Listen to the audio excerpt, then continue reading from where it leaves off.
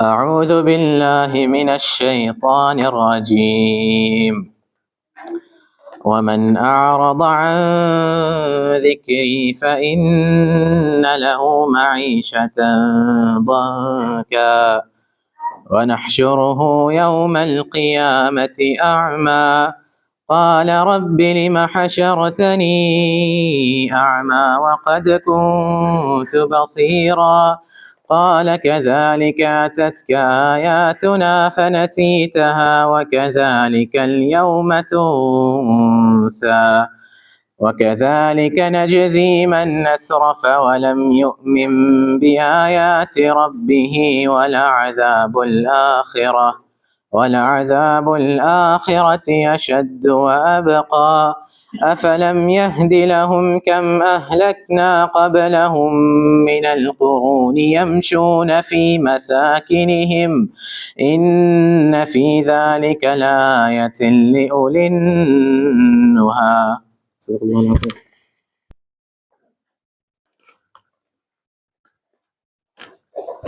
الحمد لله رب العالمين والصلاة والسلام على رسول الأمين أما بعد. ప్రియమైన సోదరులారా, మేము అల్లాహ్ దయ వల్ల, అల్లాహ్ కరుణా కటాక్షాల వల్ల మొత్తం రంజాన్ నెల అంతా ఉపవాసాలు ఉన్నాము.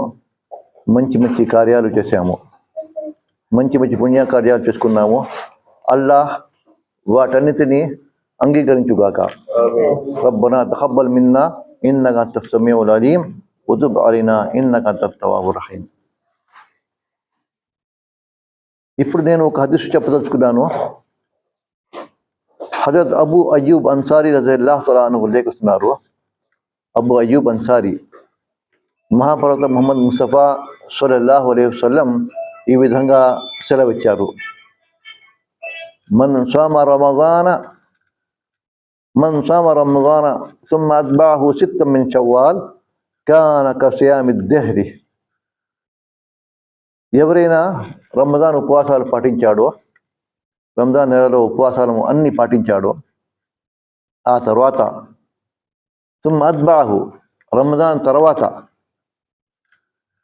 షవ్వాల్ నెల వస్తుంది. ఆ నెలలో షవ్వాల్ నెలలో 6 రోజులు ఉపవాసాలు పాటిస్తే అతను పూర్తి సంవత్సరం అంతా ఉపవాసం ఉన్నట్టు పరిగణించబడుతుంది అని మహాప్రవక్త ముహమ్మద్ ముస్తఫా సల్లల్లాహు అలైహి వసల్లం చెప్పారు.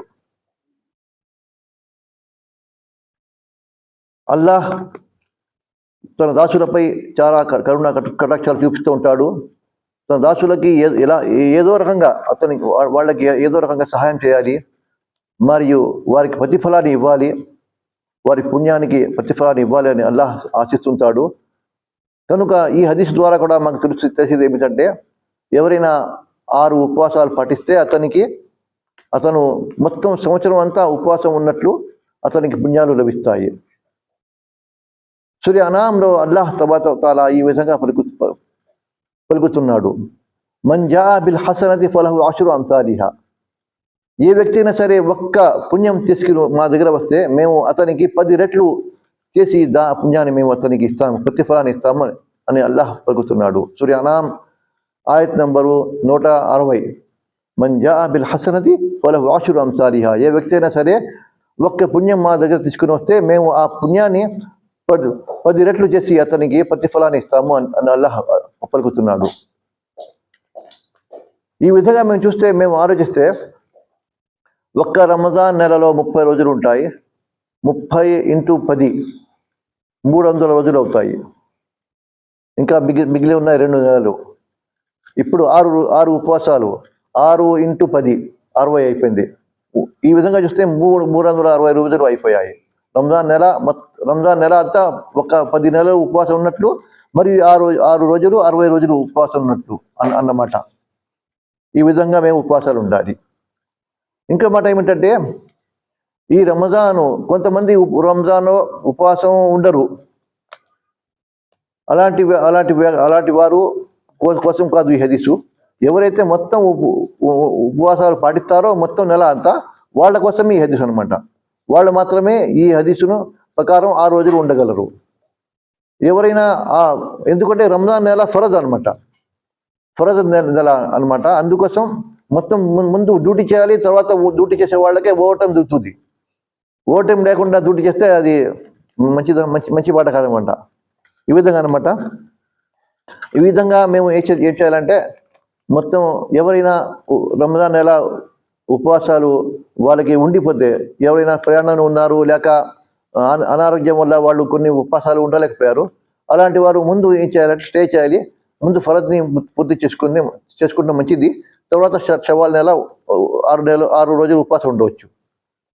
కానీ ఒక వ్యక్తి మొత్తం షవ్వాల్ అంతా మాసం మొత్తం అయిపోయింది, ఇంకా మిగతా ఒక వారమే మిగిలి ఉన్నది. అలాంటప్పుడు అతనికి ఆలోచన వచ్చింది, నేను ఎలాగైనా షవ్వాల్ నెలలో ఉపవాసం ఉండాలి, కానీ కొన్ని రోజులు రంజాన్ నెలలో కొన్ని ఉపవాసాలు మిగిలి ఉన్నాయి అతనికి. అలాంటి ముందు షవ్వాల్ ఉపవాసాలు ఉండవచ్చు. ఎందుకంటే షవ్వాల్ నెలలోనే ఉండాలి ఉపవాసాలు, తర్వాత ఉంటే లాభం లేదు, ప్రయోజనం లేదు అన్నమాట. అలాంటి వ్యక్తి 6 ఉపవాసాలు ఉంచుకుని తర్వాత మిగతా ఉపవాసాలు, రంజాన్లో వదిలేసిన ఉపవాసాలు పూర్తి సంవత్సరంలో ఎప్పుడైనా కూడా ఖదా చేసుకోవచ్చు అన్నమాట, ఉండవచ్చు అన్నమాట. ఈ విధంగా నేను అల్లాహ్ దువా చేస్తున్నాను, అల్లాహ్ మనందరికీ కూడా ఈ 6 ఉపవాసాలు కూడా ఉండే సద్బుద్ధిని ప్రసాదించు కాక. వాఖిరు దావానా అనిల్ హమ్దులిల్లాహి రబ్బిల్ ఆలమీన్. అస్సలాము అలైకుం వరహ్మతుల్లాహి వబర్కాతుహ్. అల్హమ్దులిల్లాహి రబ్బిల్ ఆలమీన్ వస్సలాతు వస్సలాము అలా సయ్యిదిల్ ముర్సలీన్ వ అలా ఆలిహి వ అస్హాబిహి అజ్మయీన్ వమన్ తబియహుం బిఇహ్సాన్ ఇలా యౌమిద్దీన్. అఊజు బిల్లాహి మినష్ షైతానిర్ రజీం. బిస్మిల్లాహిర్ రహ్మానిర్ రహీం.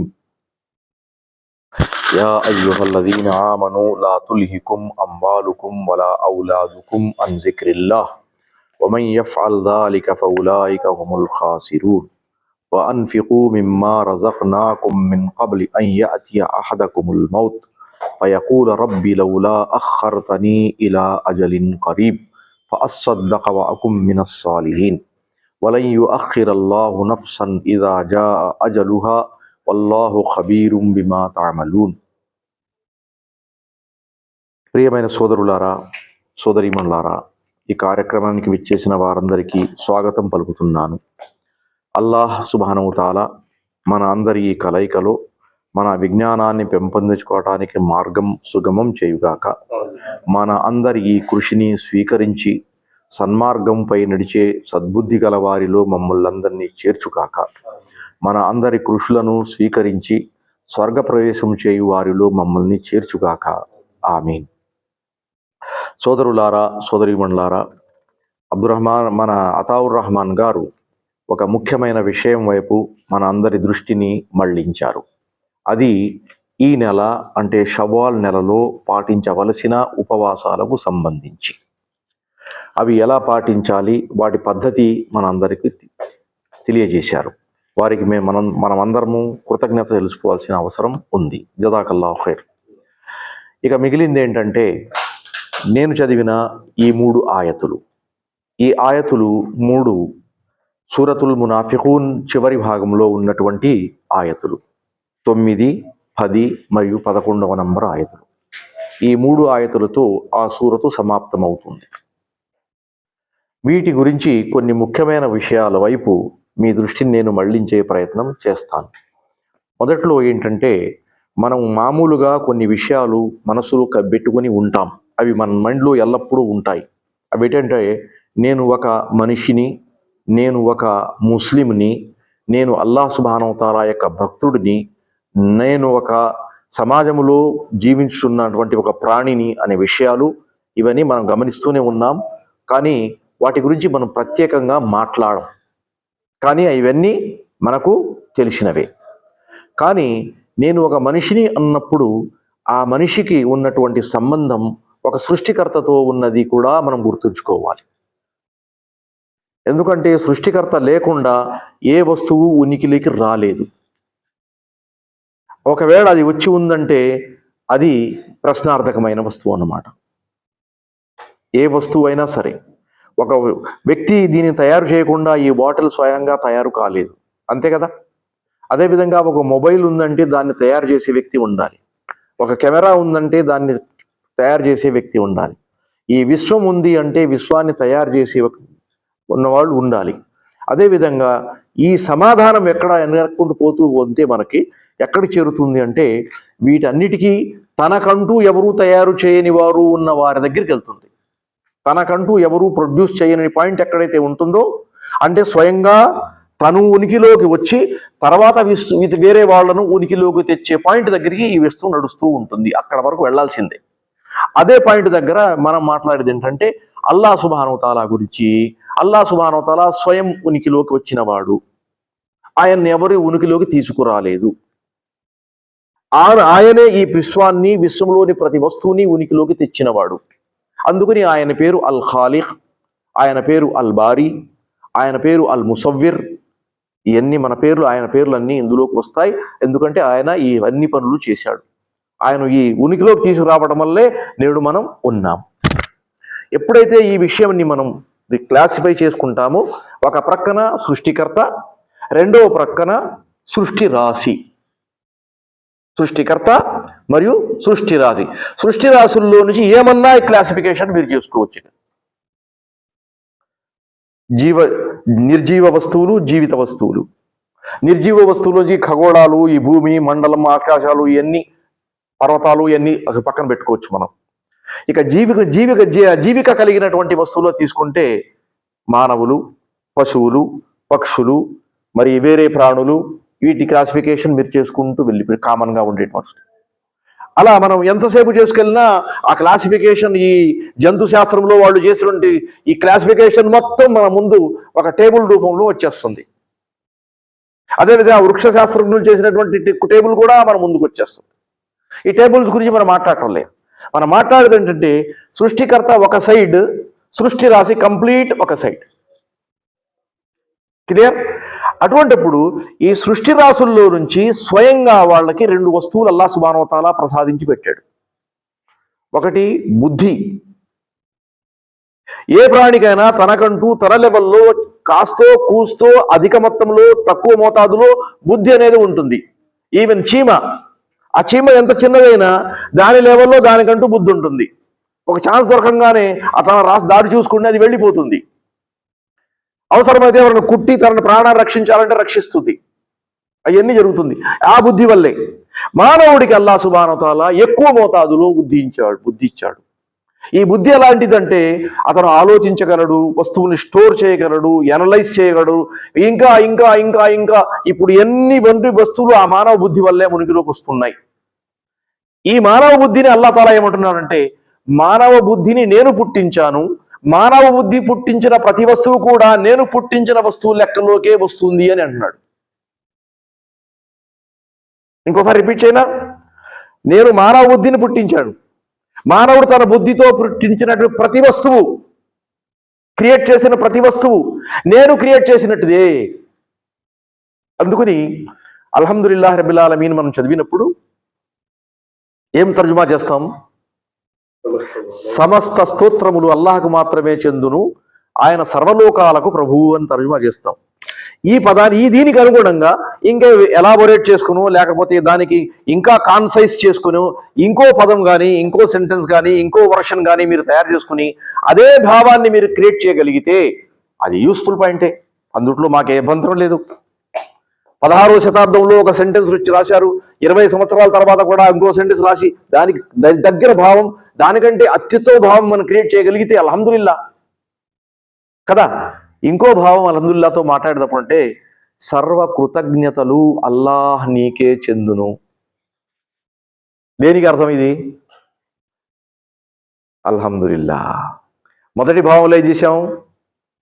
సర్వస్తోత్రములు ప్రశంసలు నీకే చెందును అని చెప్పాం, అవునా? ఇక్కడే అర్థం చేస్తున్నాం, సర్వ కృతజ్ఞతలు నీకే చెందును, అవునా? ఇప్పుడు అల్లాహ్ సుబ్హానహు వ తఆలాకి ఎన్ని కృతజ్ఞతలు మనం చెప్తున్నాం? ఆలోచించాలి కదా. ఒక అందమైన పువ్వును చూసి ఈ గులాబీ చాలా అందంగా ఉంది మనం ప్రశంసిస్తే, ఆ చెట్టును ప్రశంసిస్తే, ఆ చెట్టులో ఉన్నటువంటి అందం ఏదైతే మిమ్మల్ని ఆకర్షించి మీ హృదయంలో నుంచి కృతజ్ఞతలు, థ్యాంక్స్ అనే పదాలు ఏవైతే వస్తున్నాయో అవి కూడా అల్లాహ్ సుబ్హానహు వ తఆలా లెక్కలోకే వెళ్తాయి. ఎందుకంటే ఆ అందమైన వస్తువు క్రియేట్ చేసింది ఎవరు? అల్లాహ్ సుబ్హానహు వ తఆలా కదా. ఒకటి. రెండోది, ఒక వ్యక్తి మంచి పని చేశాడు, ఆ మంచి పని చేసే షాబాష్ మంచి పని చేసేవోయి మనం ప్రశంసించామనుకోండి, ఆ ప్రశంస అల్లాహ్కి వెళ్తుంది. ఎందుకు అంటే ఆ మనిషి అంత పని చేయడానికి కావాల్సిన మంచితనం, బుద్ధి, విజ్ఞత, అదేవిధంగా అతనిలో కావాల్సిన స్కిల్స్ ఏవైతే ఉన్నాయో అవన్నీ ప్రసాదించింది ఎవరు? అల్లా. అందుకని అల్హమ్దులిల్లాహి రబ్బిల్ ఆలమీన్ చాలా విలువైన వస్తువు కదా.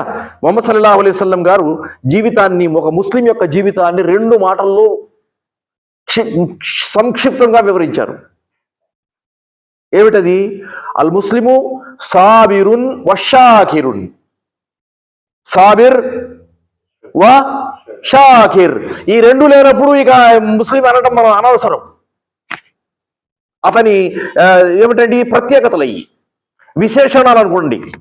విశేషణం వస్తువు నుంచి విడిపోతుందా? విడిపడుతుందా? ఇతను ముసలివాడు అంటే ఆ ముసలితనం ఆ వ్యక్తిలో ఉంటుంది. ఆ దాన్ని సెపరేట్ చేస్తాడు, హచ్చి ఉంటాడేమో మాకు తెలియదు. అది సెపరేట్ అవ్వదు కూడా అసలు. అవునా?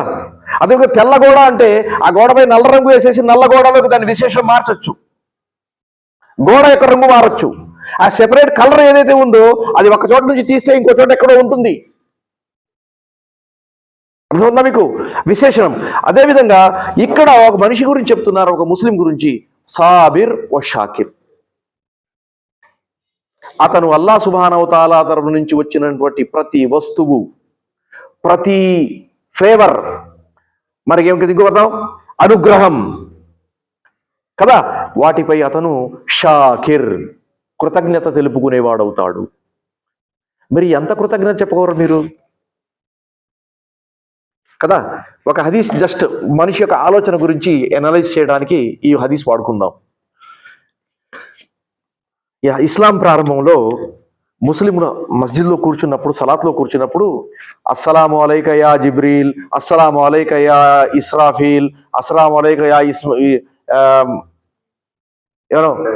మీకాయిల్, అస్సలాము అలైక ఫులాన్, అస్సలాము అలైక అని ఆ పదాలు ఒకటి ఒకటి ఒకటి ఒకటి యాడ్ చేసుకుంటూ ఉండేవారు.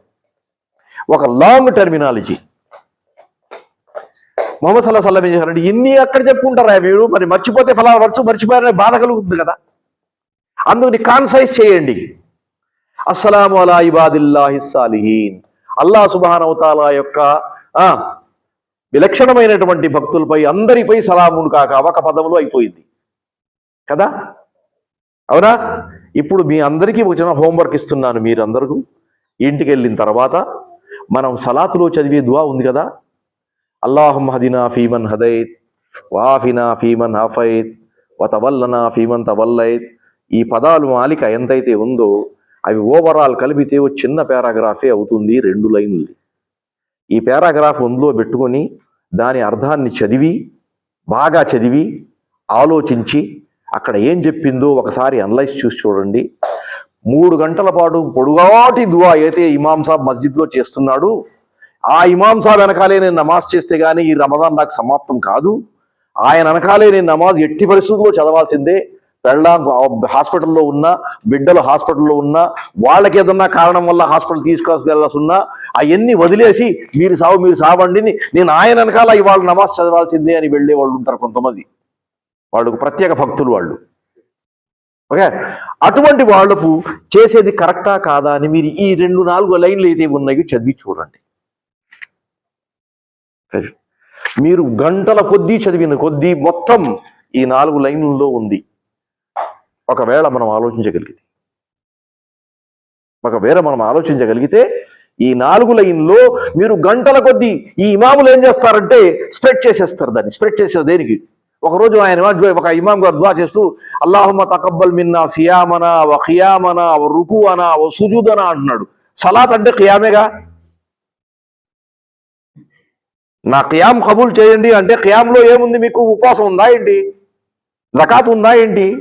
హజ్ ఉందా ఏంటి? ఏముంది? నా సలాతే కదా. అల్లాహ్ అక్బర్ నుంచి అస్సలాము అలైకుం రహమతుల్లాహి వరకు ఉంది. అందుట్లో ఉన్న రుకు ఉంటుంది, సుజూద్ ఉంటుంది, అత్తహియాత్ ఉంటుంది, అన్నీ ఉంటాయి. ఆయన సెపరేట్ చేసేసి నేను నా ఫాతిహా స్వీకరించండి అని ప్రారంభించి నా సలాం స్వీకరించండి అనే వరకు ఒక్కొక్క పదం సెపరేట్ చేయడంలో ఎంత మూర్ఖుని చేస్తున్నాడు వెనకాల ఉండవాళ్ళు. ఆయన చేస్తున్నాడా లేదా? మనం మోసపోతున్నామా లేదా? ప్రధానికి గంభీరంగా ఆమె నేను గట్టిగా అరుస్తున్నామా లేదా? అవునా కదా? అందుకని వారికి సలాం. ఈ విషయం ఏంటంటే మనం గమనించాల్సిందంటే అల్లాహ్ సుబ్హానహు వ తఆలా మానవాళికి ప్రత్యేకంగా ముస్లింకు అతనికి కావలసిన జీవనానికి పగిలిన ముఖ్యమైన వస్తువులు ప్రసాదించాడు. అవి ముహమ్మద్ సల్లల్లాహు అలైహి వసల్లం ద్వారా ఒక కాన్సైజ్ పద్ధతిలో మనకి ఇవ్వడం జరిగింది. అందుకని మీరు ఇంకోసారి ఈ పాయింట్ ఆఫ్ వ్యూతో ఆలోచించండి. తవాఫ్ చేసేటప్పుడు ముహమ్మద్ సల్లల్లాహు అలైహి వసల్లం ద్వారా చదివినటువంటి దువాలు తీసుకోండి. ఆయన కంటే పెద్ద వ్యక్తి ఎవరు ఉన్నారా ఏంటి? ఆయన కంటే గంభీరమైన వ్యక్తి, ఆలోచన కలిగిన వ్యక్తి ఉన్నారా ఏంటి? మనకంటే ఎక్కువగా మనపై ప్రేమను చూపించిన వ్యక్తి ఆయన. మన విషయంలో మనకంటే ఎక్కువగా ఆదర్యం మనకిచ్చినటువంటి ఆయన వ్యక్తి ఆయన. మనకు పనికొచ్చే వస్తువుల విషయంలో తనకు పనికిచ్చే వస్తువులు మానుకున్న వ్యక్తి ఆయన. అవునా కదా? ఓకే, మరి అటువంటి వ్యక్తి ఆయన తవాఫ్ చేసేటప్పుడు ఏదన్నా చదవండి, ఒక సైడ్ నుంచి చివరి వరకు చదువుతూ ఆయన చదివిన ప్రతి వస్తువు పదము మనకు పనికొచ్చేదిగా. ఏమైనా చదివారా? దువా చూసుకోండి. 2 దువాలు మాత్రమే ఎక్కువగా చదివారు ఆయన. లా ఇలాహ ఇల్లా అంత సుబ్హానక ఇన్ని కున్తు మినద్ జాలిమీన్. సారీ, అది కాదు. లా ఇలాహ ఇల్లల్లాహు వహదహు లా షరీక లహు లహుల్ ముల్కు వ లహుల్ హమ్దు వ లా కుల్లి షైఇన్ ఖదీర్. ఇది చదివింది. లా ఇలాహ తౌహీద్ ప్రకటన. లా ఇలాహ ఇల్లల్లాహు వహదహు లా షరీక లహు లహుల్ ముల్కు వ లహుల్ హమ్దు వ లా కుల్లి షైఇన్ ఖదీర్. ఏదన్న పదం, నాకు డబ్బులు ఇవ్వు, నా పాపాలు క్షమించు, నాకు ఇది ఉద్యోగం పోయింది, ఉద్యోగం ఇప్పించు, లేకపోతే ఫలానా వాడు ఇబ్బంది పెట్టున్నాడు, వాడు ఈ మట్టిలో కనిపించి, ఏమన్నా ఉన్నాయా అందుట్లో చెప్పండి? ఏమీ లేదు కదా. నేను లా ఇలాహ ఇల్లల్లాహ్ అనే పదానిపై ఒట్టిపడి ఉన్నాను. నువ్వంటే నాకు ప్రేమ, నువ్వంటే నాకు అభిమానం, నువ్వంటే నాకు గౌరవం, నువ్వంటే నాకు మర్యాద, నువ్వంటే నాకు నమ్మకం. నువ్వంటే నాకు నమ్మకం. నేను ఈ నమ్మకంపైనే నడుస్తున్నాను. అది చాలా ముఖ్యమైన వస్తువు కదా. ఒక హదీస్ ఇంకో చోట ఈ పాయింట్ ఆఫ్ వ్యూ గుర్తు చేస్తున్నాను. ఒక రోజున ముహమ్మద్ సల్లల్లాహు అలైహి వసల్లం మస్జిద్లో కూర్చుని కొన్ని విషయాలు చెప్తున్నారు జనాలకి. జనాలందరూ వింటున్నారు. ఏంటంటే ఆ మధ్యలో ఒక మాట వచ్చింది. మధ్యలో ఏంటి, ఆ సందర్భంగా ఒక మాట వచ్చింది. ఏంటంటే అల్లాహ్ సుబ్హానహు వ తఆలా రేపు ప్రళయ దినాన 70,000 మందిని ఎటువంటి ప్రశ్న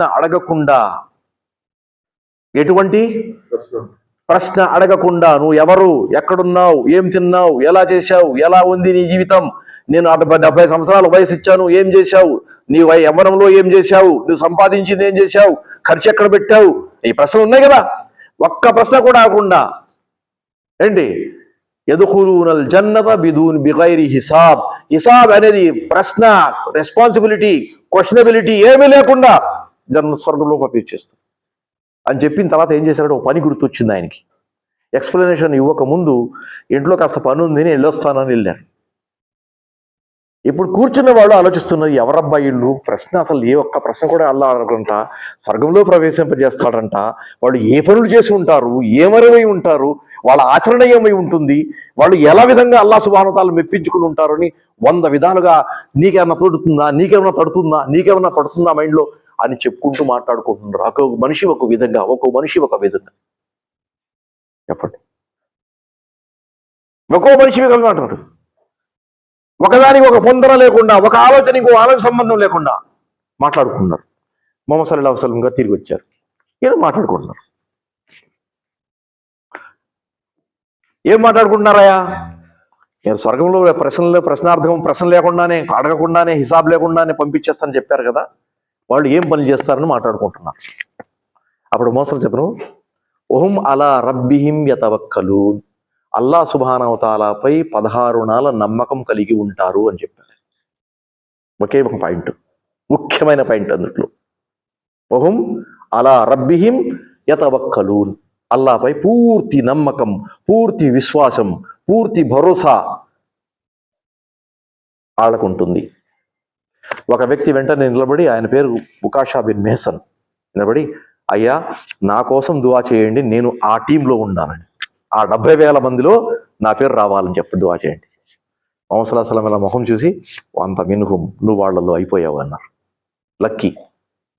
ఎప్పుడైతే ముహమ్మద్ సల్లల్లాహు అలైహి వసల్లం ఆయన గారికి వెంటనే నువ్వు వాళ్ళలో అయిపోయావు అని చెప్పారు, రెండో ఆయనకి ఆలోచన, నా పేరు చెప్పండి, నీకు జనాలు మొదలెట్టారు. మొహమ్మద్ సల్లల్లాహు అలైహి వసల్లం అంటే అలా ప్రతివాడికి నేను ఎక్కడ చెప్పుకుంటూ పోతాను, అది కుదరని పని. అందుకని ఇతను ఉకాష మీకంటే కొంచెం లీడ్ తీసుకున్నాడు, ఇక ఆ విషయం అక్కడ ఆపేద్దామని ఆపేశారు. సబకక బిహా ఉకాష అనే ఆ పదం ఇప్పుడు నేటికి మన పదాలపై నోట్లపై ఉంటుంది. ఉందా? చూడండి కదా. ఇటువంటి పరిస్థితుల్లో ఎందుకు మాట్లాడుతున్నానంటే, ముహమ్మద్ సల్లల్లాహు అలైహి వసల్లం యొక్క బాధ్యతగా ధర్మంకి సంబంధించిన విషయాల్లో జనాలకి తెలియచేటువంటి బాధ్యత వాళ్ళు తన దగ్గర పెట్టుకున్నారు. అందుకని నేను రెండు విషయాలు చెప్పాను మీకు మొదట్లో. అవేంటంటే, ఒకటి, మానవ జాతి ఏదైతే ఉందో ఈ శరీరపరంగా ఒక వ్యక్తిగా లేక ఒక జీవిగా మన జీవిక సాగడానికి పనికొచ్చే వస్తువులని మనం స్వయంగా తన చేతులతో కానీ మన బుద్ధి విజ్ఞానాన్ని ఉపయోగించి వాడుకోవడానికి కావాల్సినటువంటి ఈ ప్రాపంచిక సరంజామా ఏదైతే ఉందో అల్లాహ్ మనకి ఇచ్చాడు వన్ సైడెడ్లీ. దీనివల్లే మనం కష్టపడుతున్నాం, చదువుకుంటున్నాం, ఉద్యోగాలు సంపాదిస్తున్నాం, ఏదో పని చేస్తున్నాం, చేసిన పని ద్వారా మన జీవిక వస్తుంది, బ్రతుకు తెరువు వస్తుంది, మనం కొనసాగుతున్నాం. చదువుకోని వాడు శ్రమ దానం చేస్తున్నాడు, లేకపోతే శ్రమ పడుతున్నాడు, కష్టపడుతున్నాడు, సంపాదిస్తున్నాడు. అది కాకుండా ఇంకో విధంగా సంపాదించేవాడు ఇంకో విధంగా 4 రూపాయలు సంపాదించి బతుకుతున్నాడు. ఈ ప్రపంచానికి సంబంధించిన వీడికి అది ఇక్కడే సంపాదిస్తాడు, ఇక్కడే తింటాడు, మిగిలింది ఇక్కడే వదిలేసి వెళ్తాడు. ఇక అతని తర్వాత వారసులు ఉంటే వాళ్ళకి దక్కుతుంది, లేకపోతే ఇంకా ఎవరికి వెళ్లాల్సిందో వాళ్ళ దగ్గరికి వెళ్ళిపోతుంది. ఇది ప్రపంచ పోకడ, ఇది కంటిన్యూ అవుతుంది. కానీ రెండో సెక్షన్ కూడా అల్లా మనకు పెట్టాడు. అది దేనికి సంబంధించింది? ఆత్మ మరియు ఆధ్యాత్మికత. ఈ ఆధ్యాత్మికత విషయంలో మనిషి ఎక్కడున్నా తప్పు చేయగలడు, ప్రాపంచిక వస్తువుల్లో కూడా తప్పు చేయగలడు. చెయ్యి పెట్టని చోట చెయ్యి పెడితే సమ్ టైమ్స్ చెయ్యి నలిగిపోవచ్చు, సమ్ టైమ్స్ చెయ్యి విరిగిపోవచ్చు, సమ్ టైమ్స్ క్షేమంగా తిరిగి రావచ్చు, కానీ ఏదన్నా రిమార్క్ ఉండిపోవచ్చు కదా. ఇది ప్రపంచానికి సంబంధించింది. కానీ ఈ విషయాల్లో అయితే, ఆధ్యాత్మిక విషయాల్లో అతను మరణించిన తర్వాత ఆధ్యాత్మికతకు సంబంధించిన విషయాల్లో అతను సక్సెస్ఫుల్ కావచ్చు, ఫెయిల్ కావచ్చు. అతని ఆలోచన కరెక్ట్ కావచ్చు, అతని ఆలోచన తప్పుపై ఉండొచ్చు. ఆ తప్పును సరిదిద్దే బాధ్యత వాళ్లే తీసుకున్నారు. అల్లాహ్ సుబ్హానహు వ తఆలా తీసుకున్నాడు, మరియు ప్రవక్త ముహమ్మద్ సల్లల్లాహు అలైహి వసల్లం ద్వారా మనకు తెలియజేశాడు. ఒక హదీస్ ఇక్కడ మేము గుర్తు చేస్తున్నాను ఈ ఆయతుల దగ్గర మనం వచ్చే ముందు. ఒక రోజున 3 వ్యక్తులు ముహమ్మద్ సల్లల్లాహు అలైహి వసల్లం గారి దైనిక జీవితం ఏదైతే ఉందో, ఆయన తన ఇంట్లో ఉన్నప్పుడు ఏ ప్రత్యేక పనులు చేస్తున్నాడు, ఆ పనుల ద్వారా ఆయన అల్లాహ్ సుబ్హానహు వ తఆలా గొప్ప మర్యాద, గొప్ప స్థానము, ఘనత ప్రసాదించాడు. ఆ పనులు ఏమిటి మేము తెలుసుకుంటే మనం కూడా చేయగలం కదా అనే వీళ్ళు 3 వ్యక్తులు మాట్లాడుకున్నారు. అంతవరకు బాగుందా? తప్పుందా? ఆలోచనలో చెడు కనపడుతుందా? అంతే కదా, సన్మార్గంపై నడుస్తున్నట్టే కనపడుతుంది కదా. అంతవరకు బాగుంది. వాళ్ళందరూ ఏం చేశారంటే ముహమ్మద్ సల్లల్లాహు అలైహి వసల్లం గారి ఇంటికి వెళ్ళారు. అప్పుడు ముహమ్మద్ సల్లల్లాహు అలైహి వసల్లం గారు ఇంట్లో లేరు. ఇంట్లో ఉన్న స్త్రీలను అడిగారు, ఇంట్లో ఎలా ఉంటారు అని. ఇంకో ప్రత్యేకత పాయింట్ కూడా ఇక్కడ గుర్తుంది, మీరు కూడా గమనించి ఉంటారు. ఇంట్లో వాళ్ళు మీరు ఏం చేస్తున్నారో, మీరు ఎలా ఉన్నారో, మీ జీవితం ఏమిటో దానికి నంబర్ 1 సాక్ష్యం మీ ఇంట్లో వాళ్ళు. గుర్తుపెట్టుకోండి. నేను ఇంట్లో ఉన్నాను, నేను ఉంటే అంటే పెళ్ళాం నోరు మోసుకుంటుంది, అమ్మ నా గురించి మాట్లాడదు, నా పిల్లలు నా జోలికి రారు, నేను ఇష్టం వచ్చిన ఇక్కడే ఇంట్లో మగమహారాజుని లేదా అడవికి రాజును అన్నట్టు లెవెల్లో నేను ఉంటాను అనుకుంటే ఉండండి. కానీ మీ చుట్టుపక్కల ఉన్న వస్తువులన్నీ మీకు సాక్ష్యం. మీ ఇంట్లో మీ ఇంటిల్లిపాది సాక్ష్యం. అందుకని వాళ్ళ ఇంట్లో ముహమ్మద్ సల్లల్లాహు అలైహి వసల్లం గారు ఏం చేస్తున్నారని తెలుసుకుందామని వచ్చారు. అవునా? అప్పుడు ముహమ్మద్ సల్లల్లాహు అలైహి వసల్లం గారు అప్పుడు ఇంట్లో లేరు. ఇంట్లో వాళ్ళు ఏం చేశారంటే, ముహమ్మద్ సల్లల్లాహు అలైహి వసల్లం గారు ఏ పూట ఏం సలాత్ చేస్తారు, ఏ పూట ఏం దువా చేస్తారు, ఏ సమయంలో ఎవరు భార్యలకు ఇంట్లో ఉన్న చిన్న చిన్న పనులు ఏ విధంగా సహాయం చేస్తారు, ఏ విధంగా ఇంట్లో ఆయన ఒక వ్యక్తిలాగా, ఒక తోటి ప్రాణిలాగా ఏ విధంగా ఆయన ఉంటారు అనేది వాళ్ళు చెప్పారు. వచ్చింది ఒక పని కోసం, చెప్పింది మనకు పనికిరాని పని. వచ్చింది ఏదో పెద్ద వస్తువు ఉంటుంది, అది నేను తీసుకోవాలి అని. అవునా కదా? ఆ పెద్ద వస్తువు చెప్పలా, ఒక మామూలు వ్యక్తి చేసే పనులన్నీ చెప్పారు. ఖాళీగా ఉంటూ ఇంట్లో పని చేస్తుంటారండి. ఉదాహరణకి బియ్యం తరుగుతుంటే బియ్యంలో రాళ్ళు తీస్తుంటారు, కూరగాయలు తరుగుతుంటే దాన్ని చెట్టు పెడుతుంటారు, చెప్పులు విరిగిపోతే దాన్ని కుట్టి పెడుతుంటారు, బట్టలకు మాస్క్ వేయాలంటే అవి వేస్తుంటారు. అవన్నీ చిన్న చిన్న పనులు కదా. ఇవన్నీ వీటి గురించి రాలేదమ్మా. ఏదో పెద్ద గంభీరమైన వస్తువు చెప్పండి స్వర్గంలో వెళ్ళడానికి. ఏవే ఉన్నాయి ఉన్నట్టు చెప్పామా బాబు, ఇంకేం చెప్పడానికి మా దగ్గర ఏం లేవు అని చెప్పలేదు. అప్పుడు బయటకు వచ్చి చెప్పులు తొడుక్కుంటూ అక్కడ నూరుకుని మాట్లాడుకుంటారు ముగ్గురు వ్యక్తులు. ఏదో పెద్ద ఉద్దేశంతో వచ్చామా, ఇలా మేడం ఏదో చెప్తారని. మేడం ఏం చెప్పలా, ఏదో చిన్న చిన్న వసూలు పని చేస్తారని చెప్తున్నారు. అందుకని దీనివల్ల మా పని సాగదు. మనం have a point of view కదా. దీనికి అనుగుణంగా అక్కడ మెటీరియల్ దొరకలేదు.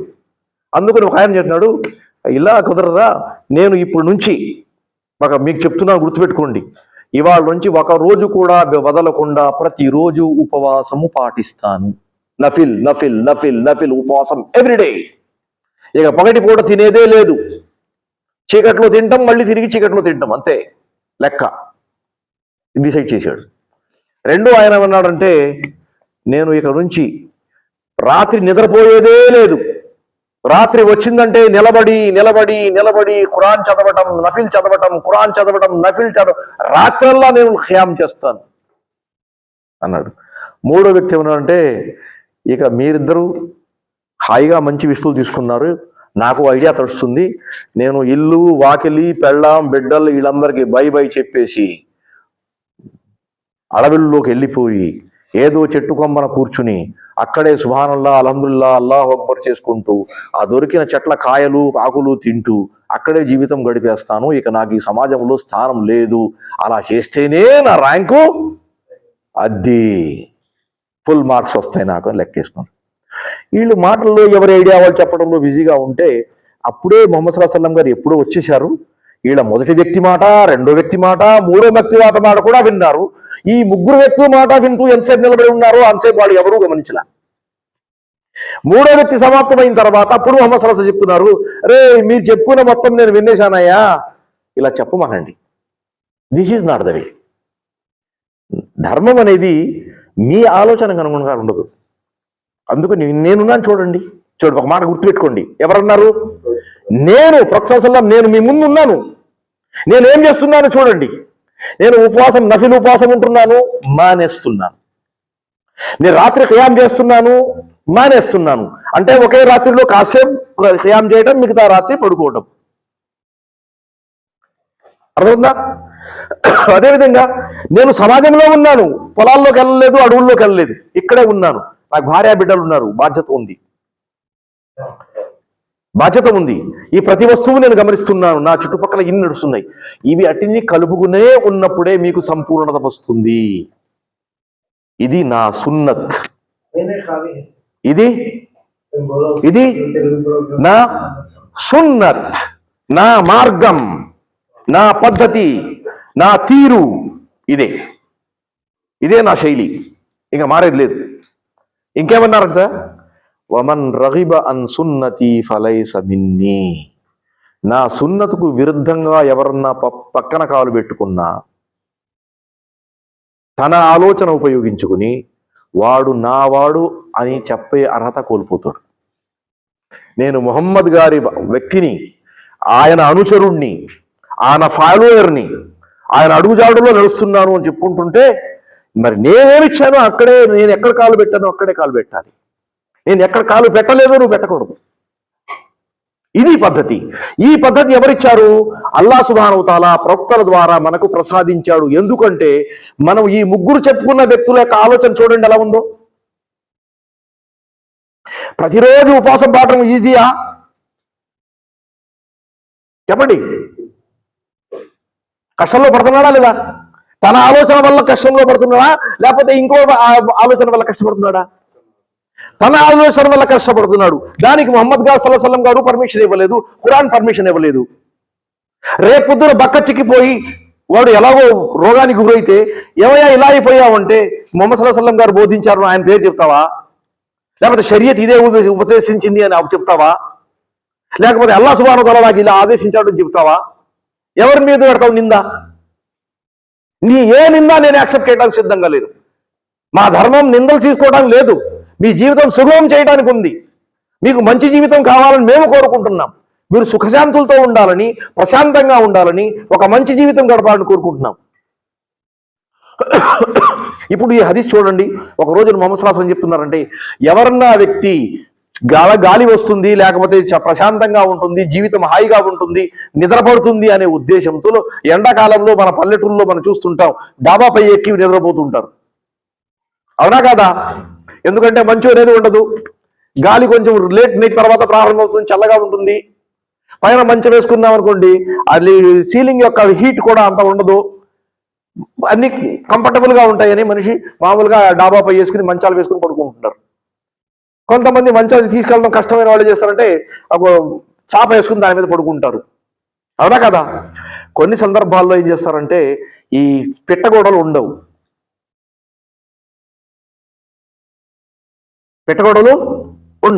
అటువంటిప్పుడు పైన పడుకున్న వ్యక్తి నిద్రలో అటు ఇటు రోల్ అవుతూ ఏదో కారణం వల్ల కింద పడ్డాడు అనుకోండి, పడే ఛాన్సెస్ ఉన్నాయా లేదా? అలా పడిన వ్యక్తి ఎవరిని నిందిస్తాడు? తనకు తానుగా నిందించుకుంటే సమస్య లేదు కదా. ఆ పాయింట్ను కూడా దృష్టిలో పెట్టుకుని ముహమ్మద్ సల్లల్లాహు అలైహి వసల్లం అంటే, అలా పడుకున్న వ్యక్తి ఏదో కారణం వల్ల కింద పడిపోయి నేను చెప్పాను పడిపోయాడు అని నా మీదకి తీసుకురావద్దు అన్నారు ముహమ్మద్ సల్లల్లాహు అలైహి వసల్లం. మీరు ఆలోచిస్తారేమో నేను ఏదో చెప్పేశాను అని. అలా ఏం చెప్పలా. మీరు మీ సంరక్షణ గురించి ఆలోచించుకోండి. ఆ రోజుల్లో పొయ్యిలో నిప్పు ఉంటే ఒకసారి ఆ నిప్పు ఆరిపోయిన తర్వాత మళ్ళీ నిప్పు కావాలంటే వాళ్ళు ఇంకో గుమ్మం ఉంటే ఇంకో గుమ్మం, ఒక గుమ్మం నుంచి ఇంకో గుమ్మం వరకు తిరగాల్సి వచ్చేది. ఆ రోజుల్లో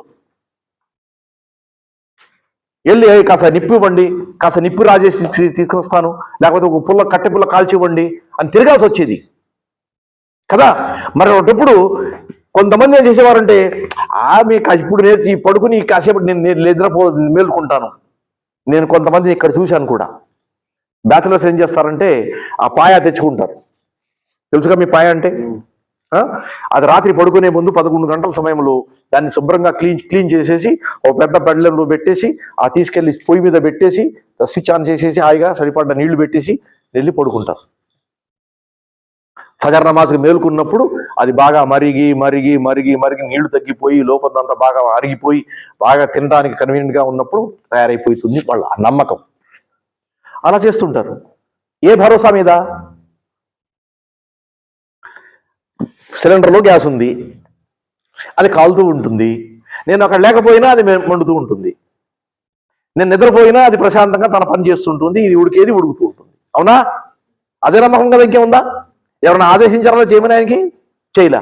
పొరపాటున అలాగే ఒక వ్యక్తి ఏం చేశాడంటే మగరిబికి నమాజ్కు ముందు పొయ్యి మీద వెళ్ళి రెడీ చేసుకున్నాడు, ఇకామత్ అవుతుందని చకచకా పోయి తగ్గించి నమాజ్కి వెళ్ళాడు. ఆయన తిరిగి వచ్చేటప్పుడు ఇంటి దగ్గర పోలీసులు ఉన్నారు. అతను పెట్టింది వేడైపోయింది, అదంతా కాలిపోయింది, ఇది ఫైర్లోకి మారిపోయింది, ఆ పాత్ర మొత్తం కాలిపోయింది, అది ఫైర్ అంటుకుంది. ఇవన్నీ ఆయన నమాజ్ తిరిగి వచ్చేదానికి ఎంతసేపు పడుతుంది? 5 నిమిషాలు 6 నిమిషాలు పడుతుంది. పోలీసులు వచ్చేదారు. ఇటువంటి పనులు జనాలు చేస్తుంటారు. అందుకని ఆ రోజుల్లో కూడా కొంతమంది బద్దకస్తులు చేశారంటే కాసేపట్లో మేలుకుంటాం కదా అని పోయి అలా పెట్టి నిప్పు అలా వదిలేసి వెళ్ళి నిద్రపోయేవారు. ముహమ్మద్ సల్లల్లాహు అలైహి వసల్లం దీన్ని కూడా పాయింట్అవుట్ చేశారు. ఎవరన్నా తన పొయ్యిలో నుండి నిప్పును అలా వదిలిపెట్టి నిద్రపోయి తెల్లారి నా ఇల్లు కాలిపోయింది అంటే దానికి నాకు సంబంధం లేదు, నాకు సంబంధం లేదు, నా పేరు ఎక్కడ రాకూడదు, నేను ఇటువంటి వస్తువులు బోధించడం లేదు మీకు. అందుకని జాగ్రత్తగా నిప్పు ఈ పొయ్యి పూర్తిగా అగ్నిమాపకం మూసేశామా లేదా చూసుకొని నిద్రపోండి. ఎందుకంటే గతంలో కొన్ని సందర్భాల్లో ఎలుకలు వచ్చి ఆ కాలుతున్న వస్తువుల్ని పుల్లల్ని తీసుకెళ్లి ఒక చోట నుంచి ఇంకొక చోటకి ట్రాన్స్ఫర్ చేసినాయి. ఆ ట్రాన్స్ఫర్ చేసిన ప్రదేశంలో మండే వస్తువులు ఉండి అక్కడ మొత్తం కాలిపోయిన సందర్భాలు ఉన్నాయి అని పాయింట్అవుట్ చేశారు ముహమ్మద్ సల్లల్లాహు అలైహి వసల్లం. గమనించండి ఎంత డీప్ గా మన మంచి కోసం ఎలా ఆలోచిస్తున్నారు వాళ్ళు చూడండి. ఈ ఆలోచనలోనే భాగంగా ఏం చేశారంటే ఆధ్యాత్మిక పరంగా మనిషి ఆలోచన ఒక ట్రాక్ లో ఉండాలి, ఒక పద్ధతిలో ఉండాలి, దానివల్ల ఎటువంటి నష్టం ఉండకూడదు, అతని మంచి చేయాలి, జరగాలి, అతను కష్టాల్లో పడకూడదు, కష్టంలో పడి మా పేరు అడ్డంగా వాడుకోకూడదు అని వాళ్ళు ఆలోచించారు కదా. అందులో భాగంగానే ఈ ఆయతలన్నీ మన ముందుకు వస్తున్నాయి. అందులో భాగంగానే ఈ ఆయతులు అన్నీ మన ముందుకు వస్తున్నాయి. అల్లాహ్ సుబ్హానహు వ తఆలా అనేక విషయాలు ఈ 3 ఆయతుల్లో ఉంచాడు. ఈ ఉంచబడినటువంటి ఈ వాక్యాలు ఏవైతే ఉన్నాయో ప్రతిదాన్ని ఒక్కొక్క సెపరేట్ పాయింట్గా మనం ఆలోచించకుండా కలెక్టివ్గా ఆలోచించే ప్రయత్నం చేద్దాం. అల్లాహ్ అంటున్నాడు, యా అయ్యుహల్లదీన ఆమను, విశ్వసించిన ప్రజలారా. ఎవరిని అల్లాహ్ మాట్లాడుతున్నారు ఉద్దేశించి? ఎవరు? మనమే. ఎవరైతే ఇంత దూరం ఎందుకు పెట్టాలి? మనమే. మనల్నే మాట్లాడుతున్నాడు అల్లాహ్ తాలా. అవునా కదా? మనం ఈమాన్ ప్రకటించావా లేదా? నాతో మాట్లాడుతున్నాడు. అల్లాహ్ అన్నాడు, లా తుల్హికుం అంబాలుకుం. మీరు మానవులైన తర్వాత మీకు హృదయాలు అనేవి ఉన్నాయి, మనస్సులు అనేవి ఉన్నాయి. మనసులు సంకుచితమైన మనసులు ఉంటాయి, విశాలమైన మనసులు ఉంటాయి. మీ మనసు ఎటువంటిదో ఆ పైవాడికి తెలుసు, మీకు తెలుసు. ఆ పాయింట్ ఆఫ్ వ్యూలో వచ్చినప్పుడు లా తుల్హికుం అంబాలుకుం, మీ ధనం మిమ్ముల్ని అల్లాహ్ సుబ్హానహు వ తఆలా ఏ కర్తవ్యం మీకు ప్రసాదించాడో ఆ కర్తవ్యం నుంచి మళ్లించకుండా ఉండేటట్టు చూసుకోండి. లా తుల్హికుం అంబాలుకుం వలా ఔలాదుకుం, మీ సంతతి, మీ పిల్లలు, మీ ధనం రెండు అల్లాహ్ ప్రసాదితమై వాటి ద్వారా మీకు కర్తవ్యం నుంచి మళ్లించే పాయింట్ ఆఫ్ వ్యూ లేకుండా చూసుకోండి కదా. ఔలాదుకు అన్ జిక్రిల్లా, అల్లాహ్ సుబ్హానహు వ తఆలా యొక్క స్మరణ చెయ్యకుండా వీటిని అడ్డుకుంటున్నామంటే, ఉదాహరణకి నమాజ్ తీసుకుందాం. నమాజ్ వెళ్ళకుండా, జమాత్లోకి వెళ్లకుండా, సలాత్ చేయకుండా, ఆచరించకుండా, పిల్లలు ఏడుస్తున్నారని వంకబెట్టుకుని, లేకపోతే వెంటనే ఆఫీస్ నుంచి ఫోన్ వచ్చిందని, లేకపోతే ఇంకోటని 1,00,000 పనులు ఉంటాయి కదా. మరి వీటి అడ్డం చేసుకుని ముఖ్యమైన వస్తువులను మీరు దాటవేయకండి. వమన్ యఫ్అల్ జాలిక ఫౌలాయిక హుముల్ ఖాసిరున్. ఒక వ్యక్తి ఎవరికైతే ఇటువంటి సమస్య ఉత్పన్నమవుతుందో, ఆ సమస్య ఉత్పన్నమైనప్పుడు ఆ సమస్యకు అనుగుణంగా తను ఏ ట్రాక్ తీసుకోవాలో ఆ ట్రాక్ తీసుకోవటంలో తప్పు చేస్తే, ఈ ప్రపంచక వస్తువు ఉంది, పిల్లలు ఉన్నారు, వాళ్ళకి ప్రిఫరెన్స్ ఇచ్చేస్తుంటే ఈ పని ఆగిపోతుంది. ఈ పనిగా ప్రిఫరెన్స్ ఇస్తే అది ఆగిపోతుంది. ఇప్పుడు ఒక నిర్ణయం తీసుకోవాలి అతను, అరే మీరు ఇక్కడ ఉండండి, ఇప్పుడే వస్తాను, లేకపోతే పిల్లల్ని సైతం మస్జిద్కి తీసుకెళ్ళి ఇద్దరం కలిసి వెళ్తాం, తీసుకెళ్తాం, ఇక మంచి ట్రాక్ లో ఉన్నాడు అతను. అలాగా, అరే ఎందుకు ఏడుస్తారు రా, నీకు షాప్ తీసుకెళ్తున్నాను, అదే సమయంలో నువ్వు సూపర్ మార్కెట్ తీసుకెళ్ళి తిరిగి వచ్చేటప్పుడు ఆ నమాజ్ టైమే దాటిపోయి ఉండే ఛాన్సెస్ ఉన్నాయా లేదా? అటువంటిప్పుడు ఏ నిర్ణయం తీసుకుంటారు అనేది ఇప్పుడు ఒకవేళ మీరు తీసుకున్న నిర్ణయాన్ని బట్టి, మీరు తీసుకున్న ఈ నిర్ణయం అల్లాహ్ సుబ్హానహు వ తఆలా స్మరణ నుంచి మిమ్మల్ని దూరం చేసి ఉంటే, ఒకవేళ అలా జరిగి ఉంటే, ఉలాయిక హుముల్ ఖాసిరూన్, అటువంటి వ్యక్తి నష్టం కలిగించే పద్ధతిపై ఉన్నాడు. ఏ ట్రాక్ అతను తీసుకున్నాడో ఆ ట్రాక్ అతని కొంప ముంచేదే ఉంది. ఇప్పుడు మీరు డిసిషన్ తీసుకోండి, ఏం తీసుకుంటారు అది అల్లాహ్ అన్నాడు. తర్వాత వఅన్ఫిఖూ మిమ్మా రజక్నాకుం, మేము మీకు ఏం ప్రసాదించామో వాటిని ఖర్చు చేయండి. మేము మీకు ఏమి ప్రసాదించామో దాన్ని ఖర్చు చేయండి. ఇప్పుడు మేము మీకేం ప్రసాదించామనేది ఆలోచించండి. అల్లాహ్ మనకేం ప్రసాదించాడు? విజ్ఞానం, ఆరోగ్యం, ధనం, టాలెంట్, స్కిల్, అండదండలు, సమాజంలో గౌరవం, సమాజంలో మర్యాద, శారీరక శక్తి, ఇంకేమని ఏదన్నా మీరు ప్రతిదీ పనికొచ్చేది. అవునా కదా? ప్రతిదీ పనికొచ్చేది. ముహమ్మద్ సల్లల్లాహు అలైహి వసల్లం గారు ఇస్లాం ప్రారంభంలో మక్కాలో నిలబడి ఇస్లాం గురించి పిలుపునిచ్చారు. ఖదీజా గారు రజియల్లాహు తఆలా అన్హా యొక్క అండదండలు ఉన్నాయి. అవునా కదా? ఖదీజా గారు ఎప్పుడన్నా మైదానంలో కత్తి తీసుకొచ్చారా ఏంటి? రాలేదు. కానీ అండదండలు, సామాజిక పరంగా ఆవిడ గౌరవం, మర్యాద, గరిమ ఉన్నాయా లేదా? ముహమ్మద్ సల్లల్లాహు అలైహి వసల్లం పనికొచ్చాయా లేదా? అవునా కదా? జనాలు అబూ తాలిబ్ దగ్గరకు వచ్చారు. అబూ తాలిబ్ ఒక్క మాట పనికి వచ్చింది, అరే మీరేం చేస్తారు నేను చూసుకుంటాను, నువ్వు ఉండరా, నీ పని చేసుకోరు అబ్బాయి, నేను చూసుకుంటాను అన్నారా లేదా? ఒక మాట పనికి వచ్చింది. అవునా కదా? అది ఏంటి మరి? సపోర్టే కదా. ఏ వస్తువు మీకు ప్రసాదించాడో దానివల్ల ఇస్లాముకు ఏదన్నా మంచి జరగాలి. దేనికి? ఇస్లాంకి మంచి జరగాలి. డబ్బు వల్ల ఇస్లాంకి మంచి ఎలా చేస్తాం మనం? 1,00,000 మార్గాలు ఉంటాయి. మీరు ఒక పుస్తకం, మంచి పుస్తకం ప్రింట్ చేసి ఇవ్వచ్చు 10 మంది. చదువు రాని వాళ్ళకి ఆ పుస్తకం పనికిరాదు, అవునా? వాళ్ళు విని వాళ్ళ ఒక CD తయారు చేసి, లేకపోతే ఒక క్లిప్ ఏదన్నా తయారు చేసి వాళ్ళకి ఇవ్వగలరు. దానివల్ల వాళ్ళకి లాభం జరుగుతుంది. లేకపోతే ఇంకో వ్యక్తి చదువే రాదు, చదవడానికి ఛాన్సెస్ ఉన్నాయి, వాడికి ఇంట్రెస్ట్ ఉంది, రారా బాబు నీ చదువు చెప్పిస్తాను, కూర్చోబెట్టి చదువు చెప్తే మిగతా పని వాళ్ళకి వస్తుంది. ఏదన్నా మార్గం అయితే పనికి వచ్చేది చేయాలి మీరు. ఎందుకంటే అల్లా మీకు ఏం ప్రసాదించాడో దాని నుండి ఖర్చు చేయండి అంటున్నాడు. అల్లా ఖర్చు చేయండి. అల్లా మీకు మీపై వదిలేశాడు, అది మీపై వదిలేశాడు. ఆ వదిలేసినప్పుడు మనం ఏం చేయాలంటే మనపై అల్లాహ్ సుబ్హానహు వ తఆలా యొక్క అనుగ్రహాలు ఏమున్నాయో లెక్క వేసుకుని దానికి అనుగుణంగా అడుగు వేస్తేనే రేపు అల్లాహ్ సుబ్హానహు వ తఆలా మనకు మేలు చేస్తాడు. అల్లాహ్ అంటాడు, వన్ఫిఖూ మిమ్మా రజఖ్నాకుం, నేను మీకు ఏం ప్రసాదించామో అది మీరు దానం చేయండి, ఖర్చు చేయండి, పనికొచ్చే పద్ధతిలో వాడుకోండి. తర్వాత అంటున్నాను అంటే ఇది ఎప్పటి వరకు చేసుకోవచ్చు?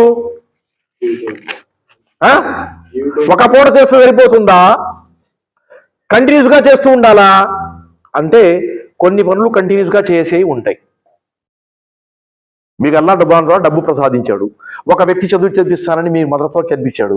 ఆ వ్యక్తి చదువుకుని అయిపోయాడు, ఇంక చదివే అవసరం లేదు. కానీ మీరు మీ దగ్గర ఇంకా డబ్బు ఉంది, ఇంకో వ్యక్తిని పంపించండి చదువుకోవడానికి. అతనైపోయిన తర్వాత ఇంకో వ్యక్తి తీసుకోండి. ఉంటుందా పాసిబిలిటీ? తప్పకుండా ఉంటుంది, అవునా కదా? ఒక విధంగా ఒక పేద మహిళకు ఆవిడ స్వయంగా తన బ్రతుకు తెరువు కోసం ఒక కుట్టు మిషన్ ఇప్పించారు మీరు. ఆవిడ స్వయంగా తన పని చేసుకుంటుంది, సంపాదించుకుంటుంది, తింటుంది, ఇంకో చెల్లి బాబా అని చెయ్యి వెత్తకుండా హాయిగా గౌరవంగా బ్రతుకుతుంది తన పిల్లలు పోషించుకుని. పాసిబిలిటీ ఉంది. ఇంకా మీ దగ్గర ఇంకా డబ్బు ఉంది, ఇంకో ఈ విజయం చూసిన తర్వాత ఇంకో మహిళకు ఆ డబ్బు ఇవ్వండి, ఆవిడ కూడా మంచి జీవితంలోకి వస్తుంది. పాసిబిలిటీ ఉందా? ఉంది. అందుకని మిమ్మా రజఖ్నాకుం అనేది ఓపెన్ గా పెట్టడం జరిగింది. ఎంతవరకు?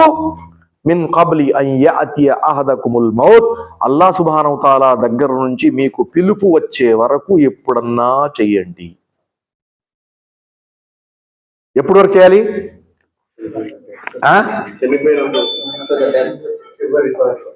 చివరి శ్వాస వరకు. రైట్? మీరందరూ ఒప్పుకున్నారు కదా? ఏమైనా ఆబ్జెక్షన్ ఉంటే ఇప్పుడే చెప్పండి, తర్వాత ప్రశ్న మాట్లాడుకునే ముందు. ఇప్పుడు మనకి మన చివరి శ్వాస అప్పుడు అనేది ఎప్పుడు తెలుస్తుంది? ఎంతో మంది ఇప్పుడే నమాజ్కి వెళ్ళి వస్తాను వెళ్ళారు, తిరిగి రాలేదు. ఒక ఇమాం గారు, ఇక్బాల్ గారు, రీసెంట్లీ ఆయన నమాజ్లో ఉండంగానే చనిపోయారు, సలాం చేయి. అందుకని హదీస్లో చెప్పడం కదా, అస్సలాము అలైకుం రహమతుల్లా అంటే తిరిగి రెండో సలాం చేసే వరకు నువ్వు ఇంకో పెట్టుకోమాక, నేను బతికి ఉంటాను అనుకోమాక అన్నారు. ఇవన్నీ మనం చూస్తున్నాం. అందుకని చివరి శ్వాస ఎప్పుడు మనకు తెలియనప్పుడు మొదటి అటెంప్ట్లోనే దానికి పని కోసం ఒడిగట్టాలి, దాని ప్రారంభం చేయాలి. ఆ తర్వాత ఉంటే ఉంటుంది, ఒక పని అయిపోతుంది కదా, తర్వాత సంగతి, బతుకుంటే తర్వాత సంగతి, ఒక పని మాత్రం అయిపోతుంది. ఆ పని ఇమీడియట్ గా జరగాలి అనేది పాయింట్ ఆఫ్ వ్యూ ఇక్కడ చెప్పడం జరిగింది. ఎందుకు డైరెక్ట్ గా చెప్పలా, ఇండైరెక్ట్ గా పని చెప్పండి. ఎందుకంటే మనిషి ఎంతవరకు బతుకుతాడు అనే విషయం తెలియదు కాబట్టి. క్లియర్? రెండోది తర్వాత ఒకవేళ అలా జరిగి ఉంటే, మనం కావాల్సిన వస్తువులు ఉనికిలోకి రాకుండా వెనకబడి ఉంటే, ఇవాళ చేస్తాను, రేపు చేస్తాను, ఎల్లుండి చేస్తాను, ఆవిలెల్లుండి చేస్తాను, హజ్కెళ్ళి రా అంటే ఇప్పుడే ఎందుకు రా, ఇంకా గడ్డం తెల్లబడలేదు మళ్ళీ ఆగా అనేవాళ్ళు ఉన్నారా లేదా? జుట్టు వెళ్ళబడలేదు ఆగరా అనేవాళ్ళు ఉన్నారా? మొన్నే కదా పెళ్లి చేసిన, ఇప్పుడు హజ్ చేయమంటావేంట్రా అనేవాళ్ళు ఉన్నారా లేదా? ఎప్పుడు నెడతారు? కుర్చీలో కూర్చుని సలా చేసి అరిసిపోయి ఇక నేను నడవలేనురా, ఎళ్ళకి రాకపోతే ఇంకా లాభం లేదు అనుకుని డిసైడ్ చేసినప్పుడా? ఇప్పుడు అక్కడ వెళ్ళి నువ్వు స్వయంగా ఇక్కడే ఇంటి దగ్గర నడవలేకపోతున్నావు, అక్కడ వెళ్ళి అల్లా ఇంటి ముందు ఏం నడుస్తావు అక్కడ తవాఫ్లో? మరి అంతవరకు ఎందుకు పోస్ట్ చేసుకున్నావు కదా? అందుకని అలా పోస్ట్ పోన్ చేసుకునే వరకు చేసుకోవద్దు. ఎందుకంటే రాక పిలుపు వచ్చిన తర్వాత ఇక ఏం జరుగుతుంది చెప్తుండే, ఫయకూల రబ్బీ, పిలుపు వచ్చేసిన తర్వాత యా రబ్బీ, ఓ నా ప్రభువా, అఖిర్నీ ఇలా అజలిన్ కరీబ్, కొంచెం గడువు ఇవ్వు అని అడగాల్సి వస్తుంది. గడువు ఇవ్వు అని అడిగి నువ్వు ఎందుకు అడుగుతున్నావు బాబు? నువ్వు ఆ మాట అనకూడదనేగా నేను ముందుగా వార్నింగ్ ఇచ్చాం మీకు, ముందుగానే పాయింట్అవుట్ చేశాం మీకు, ముందుగానే హెచ్చరికలు పంపించాం. మీ బుద్ధి అప్పుడు ఎక్కడ పోయింది? అంతేగా? అందుకని యఖూలు రబ్బి లౌలా అఖర్తనీ ఇలా అజలిన్ కాస్తంత గడువు నాకు ఇవ్వు.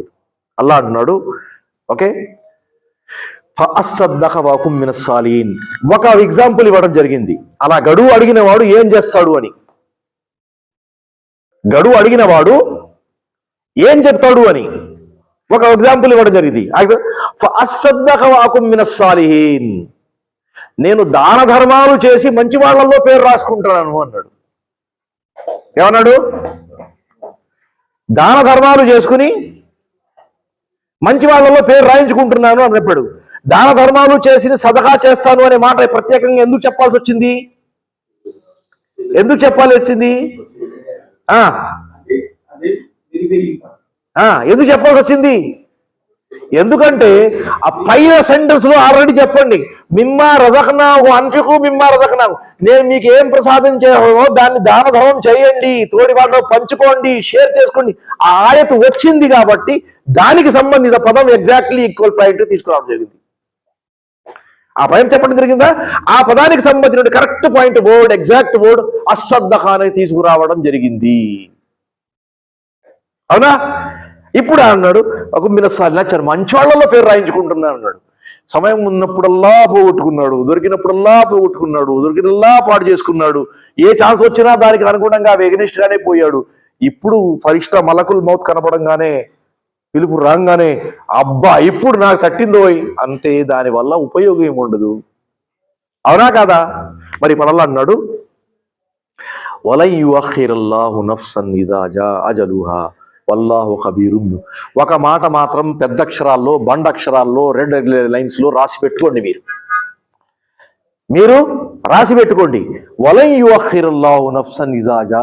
పిలుపు మాట పిలుపు తీసుకుని ఎప్పుడైతే అతను పిలిపేవాడు అయితే వస్తాడో, అతను వచ్చిన తర్వాత ఒక్క సెకండ్ అటు ఇటు చేయడానికి కుదరదు. ఒక్క సెకండ్ అటు ఇటు చేయడానికి కుదరదు. ఎంతో మంది కడుపులో నొప్పి ఉంది, గుండెలో నొప్పి ఉంది, తలలో నొప్పి ఉంది, నడుములో నొప్పి ఉంది, ఇంకో నొప్పి ఉంది, ఏదో ఆపరేషన్ ఉంది, ముందుగా డిసైడ్ చేశారు, కానీ అంతకు ముందే సమస్య వచ్చింది, ఇప్పుడే జస్ట్ వెళ్ళి డాక్టర్ని చూసి వచ్చేస్తాను అని వెళ్ళిన వాళ్ళు రాలా. మీ అందరికి తెలుసు ఎంతో మంది ఉన్నారు. ఇప్పుడే వెళ్తారు, ఇప్పుడే వస్తారు కదా అని ఇంట్లో వాళ్ళు వెయిట్ చేస్తున్నారు. అక్కడ నుంచి ఫోన్ వచ్చింది, ఇక రాలేడు అండి, మీరు వచ్చి తీసుకెళ్ళండి. ఎవరికేం తెలుసండి? ఆ సమయం అక్కడుంది. ఖురాన్లో అదే చెప్పడం జరిగింది. ఏమని? ఇన్నల్లాహ ఇందహు ఇల్ము స్సా. ఎవరికి ఈ ఖయామత్ గడియ అనేది ఎప్పుడు వస్తుందో దాని యొక్క విజ్ఞానం అల్లా దగ్గర ఉంది. వలా తద్రీ నఫ్సుం బి అయ్యి అర్జిన్ తమూత్. ఒక ప్రాణి ఏ ప్రదేశంలో చనిపోతుందో ఎవరికీ తెలియదు, కానీ ఆ సమయానికి ఆ ప్రాణి అక్కడికి చేరుకుంటుంది. అతని ప్రాణం పోవడం అనేది హాస్పిటల్లో ఉంటే అతను హాస్పిటల్ చేరుకుంటాడు. నదిలో పోవాలి అనుకుంటే తిన్నగా వెళ్ళి డాక్టర్ నుంచి పారిపోయి వెళ్ళి నదిలో పడతాడు. అవునా కదా? వమా తద్రీ నఫ్సుం బి అయ్యి అర్జిన్ తమూత్. అదే విధంగా అల్లా అంటున్నాడు, రేపు పొద్దున ఏం చేస్తాడు అనే మనిషికి కూడా మనిషి ఎక్కడ తెలియదు. ఫ్యూచర్లో ఏం జరుగుతుందో ఎవరికి తెలియదు. ఒక ఊహ ప్రకారం, ఒక ఆలోచన ప్రకారం మనం నడుస్తూ పోతున్నాం. మనకు టైం ఉంది కాబట్టి, అవన్నీ మన ఫేవర్లో నడుస్తున్నాయి కాబట్టి దాని గురించి మనం పట్టించుకోకుండా ఏదో మాటలు చెప్పుకుంటూ పోతున్నాం. కానీ నిజం చెప్పాలంటే వీటి విజ్ఞానం మొత్తం అల్లా దగ్గరే ఉంది. రండి, ఇప్పుడు ఈ ఆయతులు మూడింటిని మనం గమనించి చూసిన తర్వాత మనకు తెలిసిందంటే, ధర్మం ఏదైతే మనం ఇస్లాం మన ధర్మం నమ్ముతున్నామో అది మనపై ఒక మంచి ఫేవర్, ఒక అనుగ్రహం చేస్తుంది. అదేంటంటే మన జీవితం ఈ ప్రపంచ జీవితం మాత్రమే కాదు, దీని తర్వాత కూడా ఏదైతే జీవితం ఉంది అని ఇస్లాం కంటిన్యూస్గా చెబుతుందో ఆ జీవితంలో కూడా పనికొచ్చే బోధనలు మనకు ప్రసాదిస్తుంది. ఆ బోధనలు ఏవైతే ఉన్నాయో అవి పుస్తక రూపంలో ఒక చోట రాసి పెట్టుకుంటే దానివల్ల మనకు వచ్చేది ఏమీ లేదు. ఏమన్నా ఉందా? 10 మందికి నేను దానం చేయాలి అని మీ బోర్డు మీద రాసి పెట్టుకోండి, దానివల్ల మీకు ఏం వస్తుంది? ఇన్స్పిరేషన్ రావచ్చు, రోజు దాన్ని చూసి ఇన్స్పిరేషన్ రావచ్చు 10 మందికి దానం చేయాలి అని. కానీ దాని పక్కన మనం ఏం వేసాం? టుమారో అని రాస్తున్నాం. ఆ టుమారో రాదు.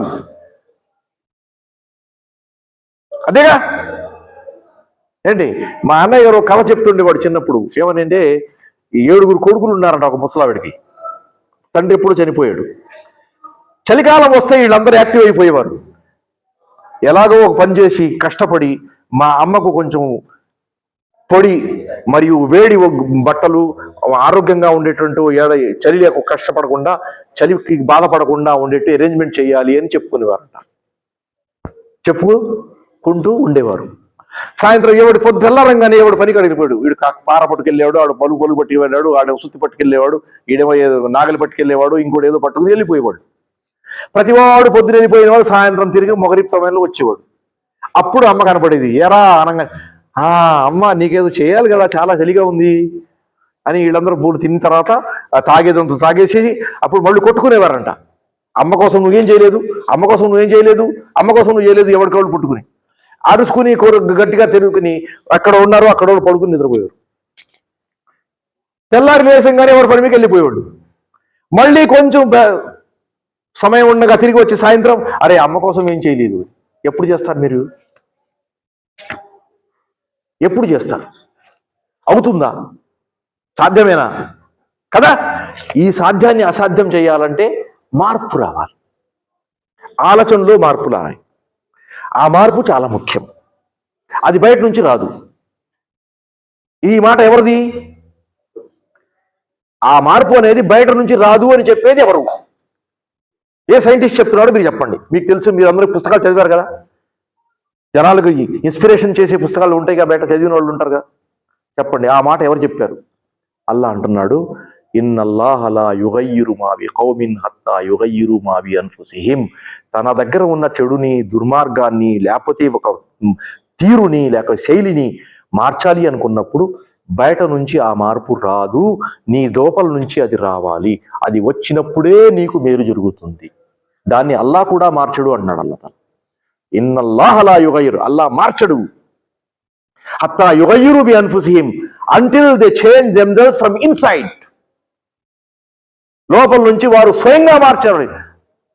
ఇప్పుడు ఇంపార్టెన్స్ ఎవరికి మీద పోతుంది? నేను ఒక మాట ఒకసారి ప్రయత్నం చెప్పాను, మీకు గుర్తు చేసి మన మాట మార్చేస్తాను. నేను అనే మాట ఉన్న చోట ఇది నాది, ఇది నా ధర్మం, ఇది నా పద్ధతి, ఇది నా ప్రవక్త, ఇది నా ఖురాన్, ఇది అల్లా నేను ఆరాధించే దైవం, ఇది అల్లా ఆదేశం నా కోసమే, దీనికి అనుగుణంగా నేను ఉండాలి, కట్టుబడి ఉండాలి, దాని సమస్యలు వస్తాయి, నేను అడ్జస్ట్ చేసుకోవాలి, నేను దాన్ని భరించాలి, విజయం నడవాలి అనే తపన నాలో లేకపోతే ఏం చేస్తాను చెప్పండి? ఎలా విజయం వస్తుంది చెప్పండి? అబూ తాలిబ్ గారు మొహమ్మద్ సల్లల్లాహు అలైహి వసల్లం నా అబ్బాయే కదా, అన్నగారి కొడుకు. ఏమవుతాడు తెలుగులో? ఏమంటాం? చిన్నాన. అబూ తాలిబ్ గారు చిన్న ఆయన. మొహమ్మద్ సల్లల్లాహు అలైహి వసల్లం ఆయనకి ఏమవుతాడు? కొడుకే కదా. ఇతను నా కొడుకు, నా మంచి బిడ్డ, నా పిల్లల కంటే ఇతను చాలా గొప్పవాడు అని ప్రశ్నించాడు. దీనివల్ల ఏమన్నా ఆపించిదా చెప్పండి? అవలేదు కదా. మరి అవ్వాలంటే ఆయన మాట ఉండాల్సింది. అది నాకు కావాల్సింది. అల్లా మన అందరికి సద్బుద్ధి ప్రసాదించుగాక. ఆమీన్. జజాకముల్లాహు ఖైరన్. అస్సలాము అలైకుం వరహ్మతుల్లాహి వబరకాతుహు.